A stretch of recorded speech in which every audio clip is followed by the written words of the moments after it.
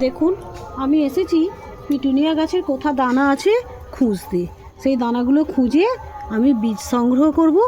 এই দেখুন এইখানে একটা আছে, দেখুন এই দেখুন, এইগুলোকে আমি ভেঙে নেব।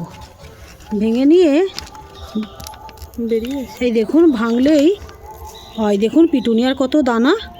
এইভাবে প্রতিটা কালারের পিটুনিয়া আমি সংগ্রহ করে রেখে দেবো। আর এই দেখুন এখানটা একটা কোথা দেখেছিলাম, এই দেখুন, এই দেখুন, ওই এইরকম অনেক প্রতিটা গাছেই থাকবে।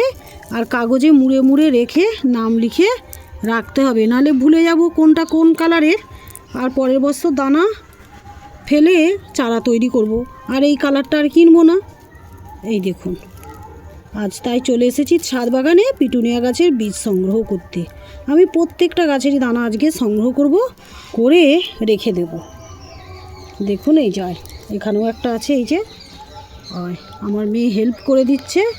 এই দেখুন ঠিক সেই মুরুগ লোটে ফুলের যেমন দানা বা পালং এই নোটে দানা, ঠিক সেই রকম দানাগুলো দেখতে। দেখুন সব ফুলের কিন্তু আবার দানা হয়নি। দেখুন আমার মেয়েও একটা একটা আমাকে জোগাড় করে দিচ্ছে।